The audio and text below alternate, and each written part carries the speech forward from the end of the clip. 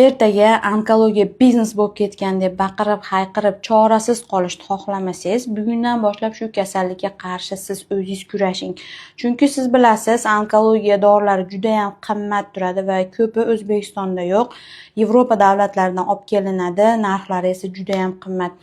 Mayli, shu dorilar yordam bersa, mayli, qaniydi, lekin bu dorilar baxtga qarshi yordam bermaydi. Bular vaqtinchalik demak preparatlar hisoblanadi. Vaqtinchalik kasallikni to'xtatib turish uchun qo'llaniladigan preparatlar.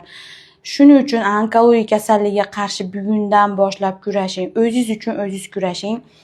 Ratsioningizga mana bunaqa fioletoviy karamni kiritishni taklif qilaman. Har kuni bir mahal shunaqa fioletoviy karamdan iste'mol qilib tursangiz, buni tarkibida antotsian degan juda ham kuchli antioksidant moddasi bor. Rak любой turiga qarshi kurashadi, ya'ni rak hosil bo'lishiga qarshi, rakni davolamaydi, rak hosil bo'lishiga qarshi kurashadi. Bundan tashqari yog'on ichak saratonini va to'g'ri ichak saratonini 70% gacha oldini oladi.